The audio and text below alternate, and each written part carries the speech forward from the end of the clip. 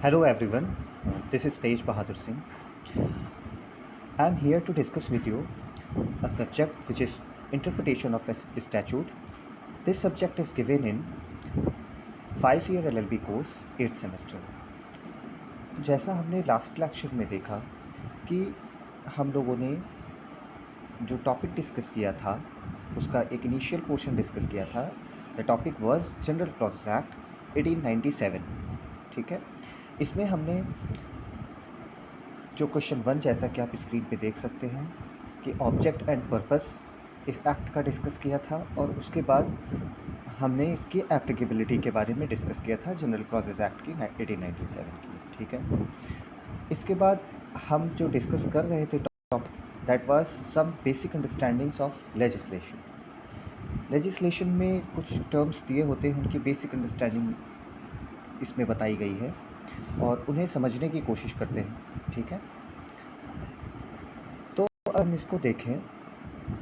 Preamble हम देख चुके थे. प्रियम्बल में हमने देखा था कि अगर एक बार इसको फिर से देख लेते हैं, कोई बात नहीं. इसका अगर हम पॉइंट 1 देखें विच टॉक्स अबाउट प्रियम्बल, ए में देखें, कहता है कि every act has a preamble which express the scope and object of the purposes of the act. मतलब कि हर एक्ट का एक प्रियम्बल होता है. आप किसी भी बेयर एक्ट को खोलिए, बेयर एक्ट को खोलते वक्त जहाँ से प्रोविजंस शुरू होते हैं उसके जस्ट ऊपर आप देखेंगे तो एक प्रियम्बल का पोर्शन मिलेगा. उसमें कहीं कहीं प्रियम्बल लिखा होता है और कहीं कहीं प्रियम्बल नहीं भी लिखा होता है. ठीक है, लेकिन वहाँ पर 2, 3, 4 या 6 लाइन में इतना ही लगभग हर एक्ट का, कोडिफाइड एक्ट का लगभग इतना ही प्रियम्बल होता है, कुछ को छोड़कर. तो वहाँ पर आपको मिलेगा कि उस एक्ट का ऑब्जेक्ट क्या है, उस एक्ट का स्कोप क्या है, उस एक्ट का बेसिक पर्पस क्या है. ठीक, उसी तरह आप अगर ऑब्जेक्ट, स्कोप या बेसिक पर्पस देख लेते हैं तो आपको ये पता चल जाएगा प्रियम्बल के थ्रू कि बेसिकली उस लेजिस्लेशन या उस एक्ट को बनाने के पीछे लॉ मेकर्स की क्या इंटेंशन थी. तो प्रियम्बल से हमें ऑब्जेक्ट, स्कोप और पर्पस तो पता चलता ही है, प्लस हमें इसके अलावा और क्या पता चलता है कि जो लॉ मेकर्स की इंटेंशन थी या जो भी लेजिस्लेचर्स की इंटेंशन थी वो क्या थी इस एक्ट को बनाने के लिए. और ये जो इंटेंशन जिसके बारे में हम बात कर रहे हैं या ऑब्जेक्ट, स्कोप के बारे में बात कर रहे हैं, जब भी किसी प्रोविज़न को, उस एक्ट को पढ़ा जाएगा, मान लीजिए कोई प्रोविज़न कोर्ट रीड कर रहा है किसी केस में और वहाँ पर उसे कोई कन्फ्यूज़न हो गया. ठीक है, तो वहाँ पर वो जो प्रियम्बल है या वो आप कह सकते हैं जो ऑब्जेक्ट और स्कोप है या जो इंटेंशन है लेजिस्लेचर की, उस कोर्ट को बहुत हेल्प करेगी उस प्रोविज़न को इंटरप्रिटेशन करने में. ठीक है, इसीलिए ये एक्ट इंटरप्रिटेशन ऑफ स्टैट्यूट में रखा गया है और इसीलिए ये इतना इम्पोर्टेंट माना जाता है इंटरप्रिटेशन ऑफ स्टैट्यूट के पॉइंट ऑफ व्यू से. Okay, now see it says whenever there is ambiguity in understanding any provision of the act, preamble is accepted as an aid to construction of the act. जो चीज़ अभी मैंने just बताई कि जब भी किसी provision में किसी तरह की एम्बिग्यूटी आती है, किसी तरह का कोई डाउट, कन्फ्यूज़न क्रिएट होता है प्रोविज़न की मीनिंग को लेकर, तो वहाँ पर सबसे पहले क्या देखा जाता है कि इन लेजिस्लेचर्स की क्या इंटेंशन थी, ऑब्जेक्ट क्या है इस एक्ट को बनाने का, पर्पस क्या है इस एक्ट को बनाने का, इस एक्ट का स्कोप क्या है, और ये सब हमें कहाँ से मिलता है, प्रियम्बल से. इसलिए preamble is a very good help to understand the meaning of a provision. Okay, इसी तरह आगे अगर देखें इसका point, the preamble of a statute is a part of the enactment and can legitimately be used for construing it. मतलब preamble देखिए एक enacted provision नहीं माना जाता, एक इनैक्टेड पार्ट किसी एक्ट का नहीं माना जाता. यानी कि जो इनैक्टेड पार्ट का या इनैक्टेड प्रोविज़न का मतलब यहाँ पर क्या हुआ कि मान लीजिए प्रियम्बल दिया हुआ है एक्ट में. अब अगर वो एक्ट में दिया हुआ है तो आप कोई केस फाइल नहीं कर सकते प्रियम्बल के बेसिस पर. ठीक है, आप किसी राइट को क्लेम नहीं कर सकते, आपकी लाइबिलिटी नहीं साबित होगी या कोर्ट आपको लाइबल नहीं बनाएगा सिर्फ प्रियम्बल के बेसिस पर. इसलिए ये एक ऑपरेटिव प्रोविज़न या ऑपरेटिव पार्ट नहीं कहा जाता, but still it is a part of the any enactment for which it is given. मतलब कि प्रियम्बल किसी भी एक्ट का पार्ट तो होता है बट ऑपरेटिव पार्ट नहीं होता है.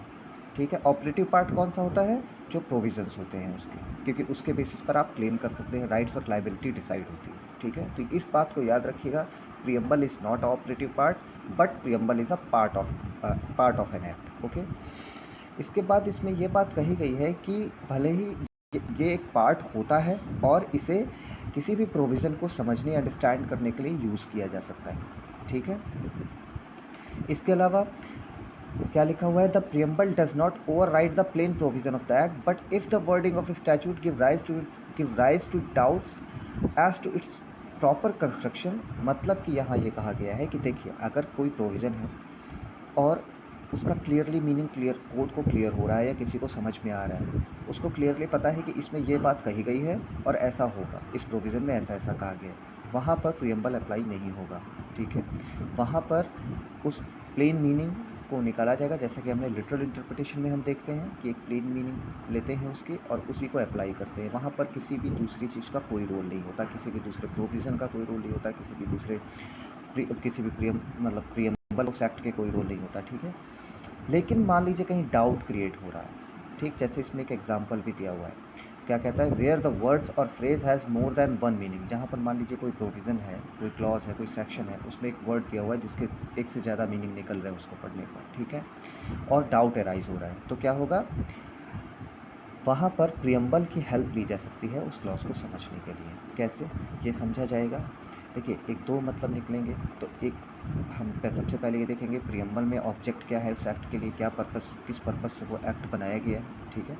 जब हमें वो चीज़ क्लियर हो जाएगी तब दो मीनिंग निकलेंगे, और जो मीनिंग उन दो मीनिंग्स में, उस प्रोविज़न के या उस वर्ड के जो मीनिंग उस प्रियम्बल या इंटेंशन या स्कोप ऑब्जेक्ट के करीब होगा, उसको ही अप्लाई कर दिया जाएगा, ठीक है। यही तरीका होता है प्रियम्बल से या किसी भी दूसरे प्रोविज़न से इंटरप्रिटेशन करने का। एग्जाम्पल दिया हुआ है, एक नेगोशिएबल इंस्ट्रूमेंट से रिलेटेड है, कंपनी एक्ट से रिलेटेड है, दोनों में प्रियम्बल दिए हुए हैं, आप देख सकते हैं दोनों के प्रियम्बल्स लिखे हुए हैं, ठीक है। तो उससे क्या दिख रहा है, उससे इसका ऑब्जेक्ट डिफाइन हो रहा है और एक्ट का और स्कोप डिसाइड हो रहा है, यही सब चीज़ें इसमें दी गई हैं, ठीक। अब देखते हैं एक्ट को थोड़ा समझते हैं, ठीक। एक्ट क्या है, एक्ट के बारे में क्या यहाँ पर है, act is a bill passed by both the houses of parliament. देखिए, यहाँ पर दोनों की डेफिनेशन दी हुई है, एक्ट की भी और बिल की भी। पहले एक्ट की डेफिनेशन देखते हैं। Act is a bill passed by both of the houses. Act क्या होता है, एक बिल होता है जिसे दोनों हाउसेज में पास किया जाता है पार्लियामेंट के, and assented to by the president, और प्रेसिडेंट की असेंट ली जाती है। अब बिल क्या है, whereas bill is a draft of a legislative proposal. मतलब कि बिल क्या होता है, एक ड्राफ्ट होता है, एक लेजिस्लेशन को बनाने का प्रपोजल होता है बेसिकली, ठीक है। और put in the proper form में उसे रखा जाता है, विच when passed by both the houses of parliament. जब वह दोनों हाउसेज में पार्लियामेंट में पास हो जाता है और प्रेसिडेंट उसके असेंट देता है, तब वो एक्ट बन जाता है। यानी कि अगर शॉर्ट में कहें तो बिल बेसिकली किसी लेजिस्लेशन को क्रिएट करने के लिए एक ड्राफ्ट पोर्शन होता है, ठीक है, जिसे कि हाउस में रखा जाता है। इसके अलावा on getting assent from president and act is notified on the official gazette. जब प्रेसिडेंट की एसेंट हो जाती है, पहले बिल पास होता है, फिर वो एक्ट बनता है प्रेसिडेंट के एसेंट के बाद, और जब प्रेसिडेंट की एसेंट नोटिफाइड हो जाती है, तब क्या होता है, वो बिल ऑफिशियल गैजेट में पब्लिश किया जाता है, ठीक है। एग्जाम्पल एक देख सकते हैं यहाँ पर, it says companies bill 2012 was introduced and passed by Lok Sabha. देखिए, कंपनीज बिल आया सबसे पहले 2012 में, वो इंट्रोड्यूस किया गया और पास हुआ कहाँ पर, लोकसभा में 18 दिसंबर को। 12 को वो बिल जो है लाया गया और 18 दिसंबर को पास किया गया, ठीक है। पास्ड बाई राज्यसभा, लोकसभा के बाद वो राज्यसभा में गया, जैसा हम देखते हैं लेजिस्लेटिव प्रोसेस में। उसके बाद वो राज्यसभा में गया और 8 मार्च 2013 को वो पास हो गया। उसके बाद 29 मार्च को उस बिल को प्रेसिडेंट ने अपनी एसेंट दे दी, और इस तरह वो जो बिल था वो कंपनीज एक्ट 2013 एज अ इस टाइटल के साथ गैजेट में नोटिफाई हुआ, ठीक है। अब आप देखेंगे डेफिनेशन, आप देखते हैं कि हर एक्ट में, किसी भी एक्ट को आप ले लीजिए, डेफिनेशन क्लॉज होता है। तो वो जो एक्ट होता है और उसमें जो डेफिनेशन क्लॉज, देखिए यहाँ पर क्या है, ये पॉइंट को अगर देखें, every act contains definition part of the purpose of the particular act and that definition part are usually mentioned in the section 2 of the act, और in some other cases it is also mentioned in section 5 और in other initial sections. मतलब कि ये लिखा हुआ है कि हर act में देखिए डेफिनेशन क्लॉज होता है, इसमें भी है, ठीक है। डेफिनेशन क्लॉज क्यों होता है, अगर इसको समझें तो डेफिनेशन क्लॉज इसलिए होता है कि जितने भी उस एक्ट में मेन वर्ड्स लिखे हुए हैं, जो भी टेक्निकल वर्ड्स लिखे हुए हैं या जिन पर ज़्यादा फोकस किया जा रहा है, उनको लेकर कोई कन्फ्यूज़न न क्रिएट हो, इसलिए उनको डिफ़ाइन कर दिया जाता है एक सेक्शन के अंदर। एक सेक्शन डेफिनेशन क्लॉज बनाया जाता है और उसके अंडर उन सारे वर्ड्स को डिफ़ाइन कर दिया जाता है, ठीक है। इसमें भी देखेंगे कुछ डेफिनेशंस अभी हम लोग, ये तो पूरा क्लॉज ही, पूरा एक्ट ही इसी बेसिस पर है। इसके बाद अगर हम देखें कि एक बात और भी है, मान लीजिए किसी एक्ट में एक डेफिनेशन क्लॉज है, तो वो क्लॉज सिर्फ उसी एक्ट के लिए एप्लीकेबल माना जाता है। अगर किसी दूसरे एक्ट में लिखा हुआ है कि उस एक्ट की ये डेफिनेशन इस एक्ट पर भी अप्लाई होगी, मान लीजिए there is an act a act है और उसमें डेफिनेशन क्लॉज है और उसमें एक्ट ए में कई सारे वर्ड्स की डेफिनेशन लिखी हुई है। मान लीजिए सेक्शन 2 है जो डेफिनेशन क्लॉज है, उसमें कई सारे वर्ड्स लिखे हुए हैं जिनको डिफ़ाइन किया गया है, ठीक। यहाँ पर बात ये कही गई है कि वो जो डेफिनेशंस हैं सिर्फ उसी एक्ट ए पर अप्लाई होंगी, लेकिन दूसरे पर भी अप्लाई हो सकती हैं। किस केस में? जब मान लीजिए एक्ट बी है, बी एक्ट में अगर ये लिखा हुआ है कि ये जो पर्टिकुलर वर्ड है ये उसी तरह समझा जाएगा जैसा कि एक्ट ए में डेफिनेशन में लिखा हुआ है, तो वहाँ पर वो जो एक्ट ए में जो डेफिनेशन लिखी हुई है फिर वो बी में भी अप्लाई हो जाएगी, क्योंकि बी इस बात को एक्सप्रेसली कह रहा है या बी एक्सप्रेसली अडॉप्ट कर रहा है उस डेफिनेशन को, ठीक है, जो ए में लिखी हुई है। तो यहाँ पर ये चीज़ है।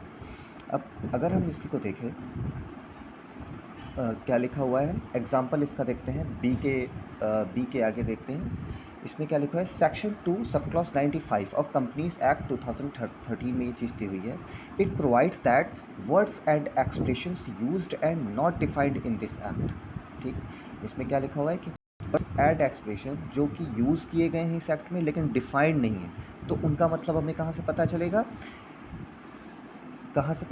But defined in the securities contract regulation act 1956, यानी कि कुछ ऐसे वर्ड्स हैं जो कि कंपनीज एक्ट में डिफाइंड है, यूज़ तो किए गए लेकिन डिफाइंड नहीं, ठीक है, उनकी डेफिनेशन नहीं दी गई, उनका मतलब नहीं बताया गया है, लेकिन वही वर्ड्स कहाँ पर डिफाइंड है, सिक्योरिटीज़ कॉन्ट्रैक्ट रेगुलेशन एक्ट 1956 में, या फिर securities and exchange board of India act 1992 जिसे हम सेबी भी कहते हैं, ठीक है, सेबी एक्ट कहते हैं 1992, वो यहाँ पर डिफाइंड है। या फिर वो टर्म्स डिपॉजिटरीज एक्ट 1996 में भी डिफाइंड है। इन शॉर्ट कहने का मतलब यहाँ पर यह है कि कंपनीज एक्ट में कुछ टर्म्स हैं जो कंपनीज एक्ट में यूज़ तो किए गए हैं लेकिन वो डिफ़ाइन नहीं किए गए हैं, और उनकी डेफिनेशन जो मैंने बाद में 3 एक्ट्स बोले उनमें डिफाइंड है, ठीक।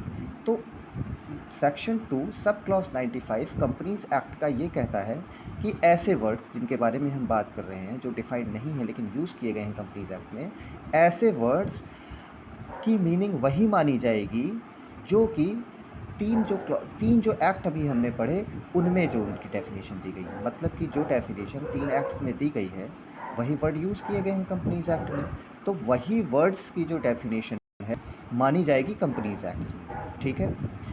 इसके बाद देखें, words are generally defined in the respective acts, if words are not defined in the respective act such words are to be taken from general clauses act. इसका मतलब क्या हुआ, ये कहता है कि देखिए जो वर्ड्स हैं जनरली क्या होता है, हर एक्ट में डेफिनेशन क्लॉज होता है और डेफिनेशन क्लॉज में जनरली हर वर्ड जो कि इम्पॉर्टेंट होता है वो डिफ़ाइन किया जाता है उस एक्ट का, ठीक।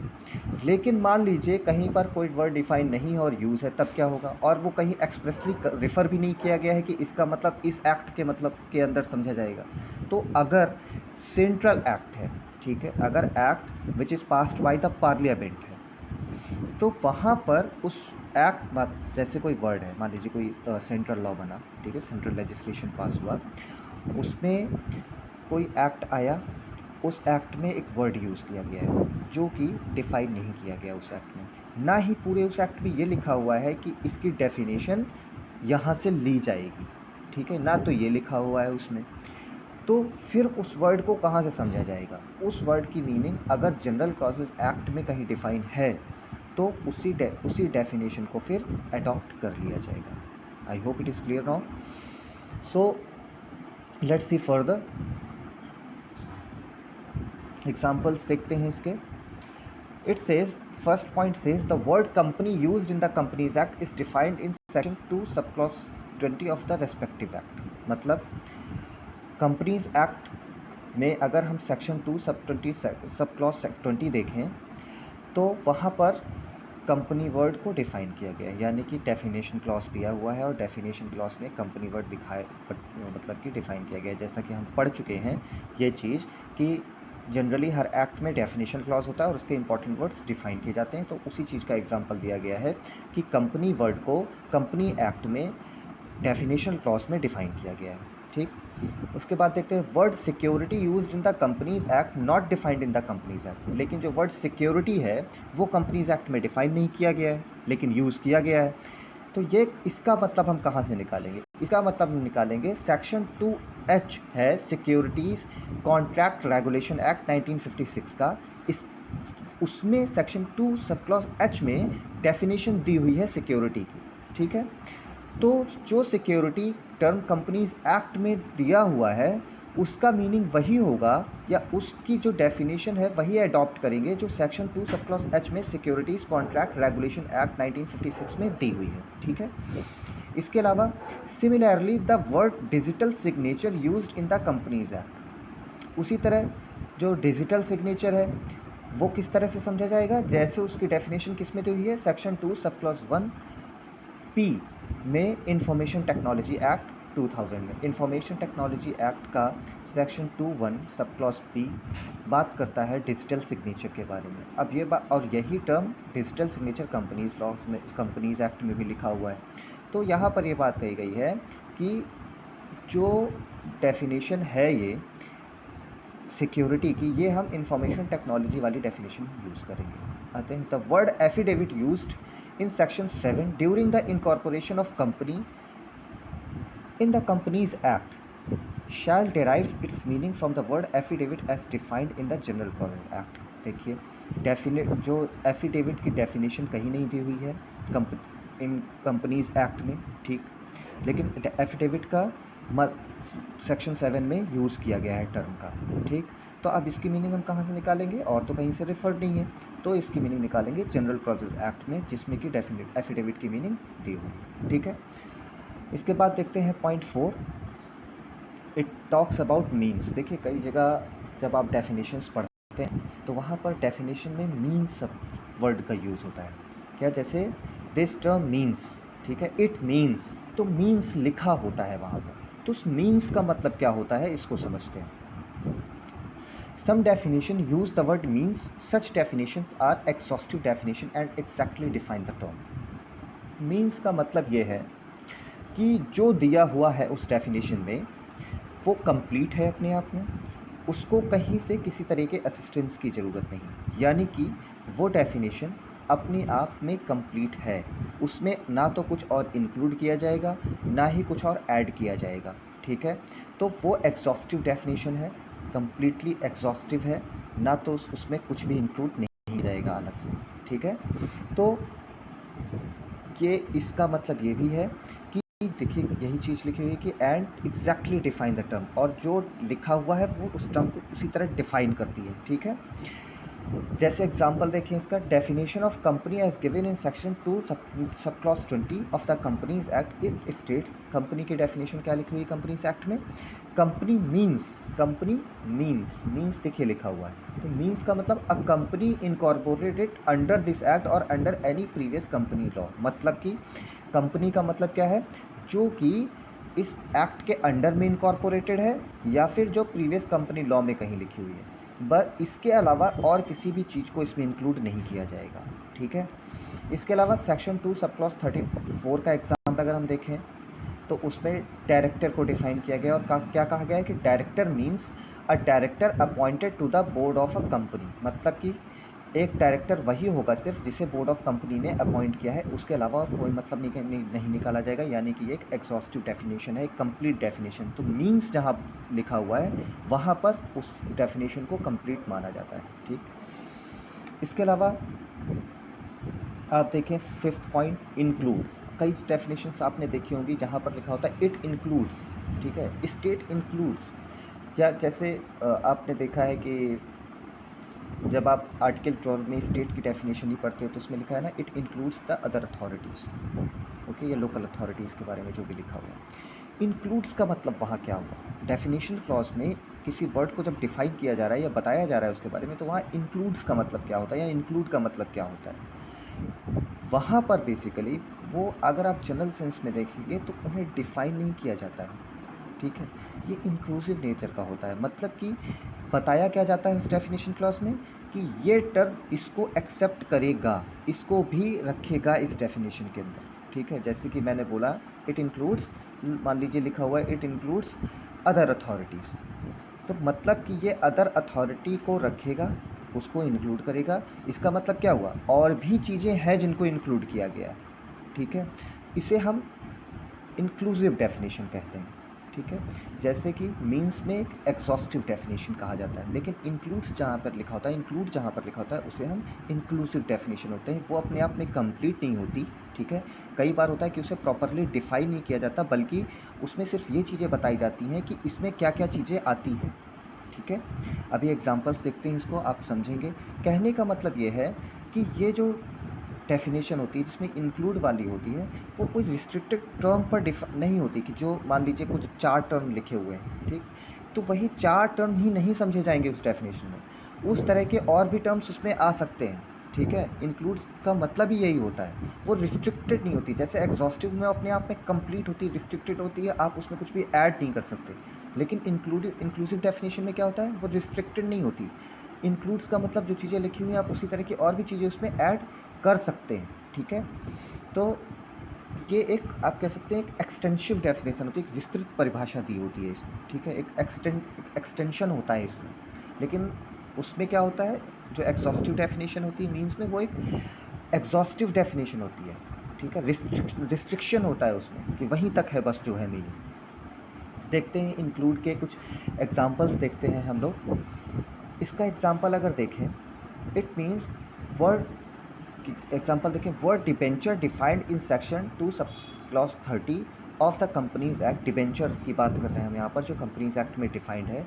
क्या डिफाइन करता है कि डिबेंचर इंक्लूड्स, देखिए यहाँ पर इंक्लूड्स लिखा हुआ है, तो बेसिकली अब यहाँ पर डिबेंचर को डिफाइन नहीं किया जा रहा है, बेसिकली एक मतलब बताया जा रहा है ये कि डिबेंचर में क्या क्या शामिल होगा। इसका मतलब जैसे क्या क्या लिखा हुआ है, डिबेंचर स्टॉक बॉन्ड और any other instrument of a company evidence और डेप्ट whether constituting a charge on the assets of the company और नॉट। मतलब क्या लिखा हुआ है कि डिबेंचर लिखा हुआ है, डिबेंचर स्टॉक लिखा हुआ है, बॉन्ड्स लिखे हुए और एनी अदर इंस्ट्रूमेंट। यानी कि आप अगर ध्यान से देखें तो लिखे हुए हैं, ठीक है। और इसमें आप अगर ध्यान से देखिए तो आपको मिलेगा कि इसमें एक पॉसिबिलिटी है और भी इसी तरह के टर्म्स को इंक्लूड करने की, ठीक है। लेकिन एग्जॉस्टिव डेफिनेशन में या जहाँ मीन्स लिखा होता है वहाँ पर ऐसी कोई पॉसिबिलिटी नहीं होती। लेकिन इस एग्जाम्पल में अगर आप देखेंगे तो जो लिखा है ना कि कुछ टर्म लिखे हुए हैं और उसके बाद एनी अदर लिखा है, इसका मतलब और भी चीज़ें इंक्लूड की जा सकती हैं, इसीलिए कहते हैं ये एक एक्सटेंसिव डेफिनेशन है, इसको एक्सटेंड किया जाता है, ठीक है। तो अब यहाँ पर अगर आप देखिए, अच्छा इस डेफिनेशन को एक और चीज़ से समझ सकते हैं, इस डेफिनेशन में एडजस्टम जनरस प्रिंसिपल का भी यूज़ किया गया है, ठीक है। कुछ पर्टिकुलर वर्ड्स दिए गए हैं, अगर आप ध्यान से देखिए तो पर्टिकुलर वर्ड्स क्या है, डिबेंचर है, डिबेंचर स्टॉक है और बॉन्ड्स है, दीज आर पर्टिकुलर वर्ड्स, ठीक है। और इसमें जनरल वर्ड कौन सा दिया हुआ है, एनी अदर, ठीक है। Any other instrument is a general word, particular words को जनरल वर्ड्स फॉलो कर रहे हैं, ठीक है। जनरल वर्ड्स पीछे है और जनरल वर्ड्स उस सेम क्लास को दिखा रहा है, तो सारा प्रिंसिपल ऑफ एडजस्टम जनरस के सारी एसेंशियल्स इसमें फॉलो हो रही हैं। और एडजस्टम जनरस अपने आप में एक इंक्लूसिव डेफिनेशन का एसेंशियल है, ठीक है। तो यहाँ पर आप देख सकते हैं कि इंक्लूसिव डेफिनेशन है, एडजस्टम जनरस का प्रिंसिपल इसमें अप्लाई हुआ है, कहीं कहीं हो सकता है अप्लाई ना भी हो। आगे देखते हैं, जैसे बॉडी कॉर्पोरेट लिखा हुआ है, ठीक है। बॉडी कॉर्पोरेट और कॉर्पोरेशन कहाँ डिफाइन है, section 2 sub clause 11 companies act में, ठीक है। इसमें क्या लिखा है कि बॉडी कॉर्पोरेट और corporation includes a company incorporated outside India. इसका क्या मतलब है, अगर ध्यान से देखें कि ये जो डेफिनेशन दी हुई है ये बेसिकली बॉडी कॉर्पोरेट को डिफाइन नहीं कर रही है, ठीक है। ये बस ये इतना बता रही है कि जो भी कंपनीज़ हैं जो इनकॉर्पोरेट हुई हैं इंडिया के बाहर, वो भी बॉडी कॉरपोरेट की डेफिनेशन में कवर होंगी, किसके अलावा, जो कि इंडिया में इनकॉर्पोरेटेड है। मतलब दो तरह की कंपनीज हो सकती हैं, दो तरह के बॉडी कॉरपोरेट हो सकते हैं, एक इंडिया में इनकॉर्पोरेटेड हो और एक आउटसाइड इंडिया इनकॉर्पोरेटेड हो बॉडी कॉरपोरेट, ठीक है। तो यहाँ पर ये बात की जा रही है कि इंडिया में जो बॉडी इनकॉर्पोरेटेड हुई हैं वो तो है ही बॉडी कॉरपोरेट में, लेकिन जो इंडिया के बाहर है वो उन्हें भी इंक्लूड किया गया। तो ये डेफिनेशन कैसी है, इंक्लूसिव डेफिनेशन है। इंक्लूसिव डेफिनेशन में हमेशा इंक्लूड वर्ड का यूज़ होता है, ठीक है। इसके बाद मीन्स एंड इंक्लूड, कोई डेफिनेशन ऐसी आती है जिसमें दोनों चीज़ें दी हुई होती हैं। वहाँ पर क्या होता है, जैसे देखिए एग्जाम्पल पे लिखा हुआ है, जो शेयर डिफाइंड है सेक्शन 2 सब क्लॉज 84 में, कंपनीज एक्ट को ही अगर हम लें तो वहाँ पर शेयर डिफाइन किया गया है। शेयर लिखा क्या है, शेयर मीन्स अ शेयर, देखिए मीन्स टर्म का यूज़ है, exhaustive definition. Share means a share in the share capital और of a company and includes stock. मतलब कि दोनों चीज़ें हैं, यहाँ पर मीन्स टर्म का भी इस्तेमाल किया गया है और यहाँ पर इंक्लूड्स का भी इस्तेमाल किया गया। अगर ऐसा कोई डेफिनेशन आपके सामने आती है तो आप क्या करेंगे, आप उसको एक एक्सॉस्टिव डेफिनेशन मानेंगे। That definition would be complete in itself, okay. उसके बाद 7th पॉइंट इसका देखते हैं, इट सेज अबाउट प्रिलिमिनरी। देखिए आप कभी भी किसी ऐप को खोलेंगे तो आप देखेंगे उसमें प्रिलिमिनरी पोर्शन लिखा होता है, प्रिलिमिनरी सिर्फ लिखा होता है। इसका मतलब क्या हुआ, प्रिलिमिनरी में क्या होता है, प्रिलिमिनरी, और किसी किसी में नहीं भी होता है, ऐसा एसेंशियल नहीं है, कोई इमीडिएटली नहीं कि हर एक्ट में होगा ही, लेकिन कई सारे एक्ट्स में ये चीज़ लिखी मिलेगी आपको। ये प्रिलिमिनरी कहाँ डिफाइन किया गया है, सेक्शन 1 में डिफाइन किया गया है जनरल क्लॉसेज एक्ट के। अब हम अभी तक हमने बेसिक अंडरस्टैंडिंग की सारी टर्म्स की, ठीक है, जो मेन टर्म्स थे। अब जो जनरल क्लॉसेज एक्ट में जो बेसिक डेफिनेशंस दी हुई हैं हम उनको देखेंगे, जो हम उन्हीं डेफिनेशंस को देखेंगे जो इंपॉर्टेंट डेफिनेशंस हैं अंडर जनरल क्लॉसेज एक्ट 1897, ठीक है। पहले देखते हैं, section 1 talks about preliminary. Preliminary means, preliminary is the introductory part of any law which generally contain short title, extent, commencement, application etcetera, ठीक है। The general clauses act contains, देखिए preliminary में क्या आता है, अगर ध्यान से देखिए तो प्रिलिमिनरी में इंट्रोडक्टरी पार्ट होता है किसी एक्ट का, ठीक है, सबसे पहले लिखा जाता है। और इसमें देखिए अब सबसे पहले कोई एक्ट होगा तो उसमें क्या लिखा होगा, आप किसी भी एक्ट को खोलिए तो उसमें सबसे पहले एक सेक्शन होता है, जनरली वो सेक्शन 1 होता है। उसमें क्या होता है, short title, extent and commencement लिखा होता है। लगभग हर एक एक्ट को आप खोलेंगे तो उसके सेक्शन 1 में यही चीज़ आपको मिलेगी, which is short title, extent and commencement या एप्लीकेशन। कभी कभी एप्लीकेशन का क्लॉज चेंज हो जाता है, ठीक है, कभी कभी कमेंसमेंट का भी क्लॉज हो जाता है, लेकिन जनरली आपको सेक्शन 1 में ही ये चीज़ें मिल जाती हैं, ठीक है। तो जो प्रिलिमिनरी पोर्शन आता है जो कि सेक्शन 1 में डिफाइंड है जनरल क्लॉसेज एक्ट के, उसमें क्या है कि ये एक इंट्रोडक्टरी पार्ट होता है किसी एक्ट का, और ये क्या क्या कंटेन करता है, शॉर्ट टाइटल, एक्सटेंट, कमेंसमेंट और एप्लीकेशन ऑफ द एक्ट, ठीक है। The general clauses act contains only short title in the preliminary part of the act. जो जनरल क्लॉसेज एक्ट की आप बात करते हैं तो इसमें सिर्फ क्या कंटेन होता है, पहले प्रिलिमिनरी पोर्शन में सिर्फ शॉर्ट टाइटल इसका क्या है, ठीक है। शॉर्ट टाइटल कहाँ डिफाइंड है जनरल क्लॉसेज एक्ट में, शॉर्ट टाइटल डिफाइंड है सेक्शन 1 सब क्लॉज 1 में, ठीक है। तो जनरल क्लॉसेज एक्ट का प्रिलिमिनरी पोर्शन कहाँ डिफाइंड है, एक तो देखिए जनरल क्लॉसेज में लिखा हुआ है प्रिलिमिनरी के बारे में कि प्रिलिमिनरी होता क्या है, वो सेक्शन 1 डिफाइंड है, लेकिन जो जनरल क्लॉसेज एक्ट का शॉर्ट टाइटल है वो कहाँ है, वो है सेक्शन 1 सब 1 में। उसमें क्या लिखा है, दिस एक्ट में be called the general clauses act 1897, ठीक है।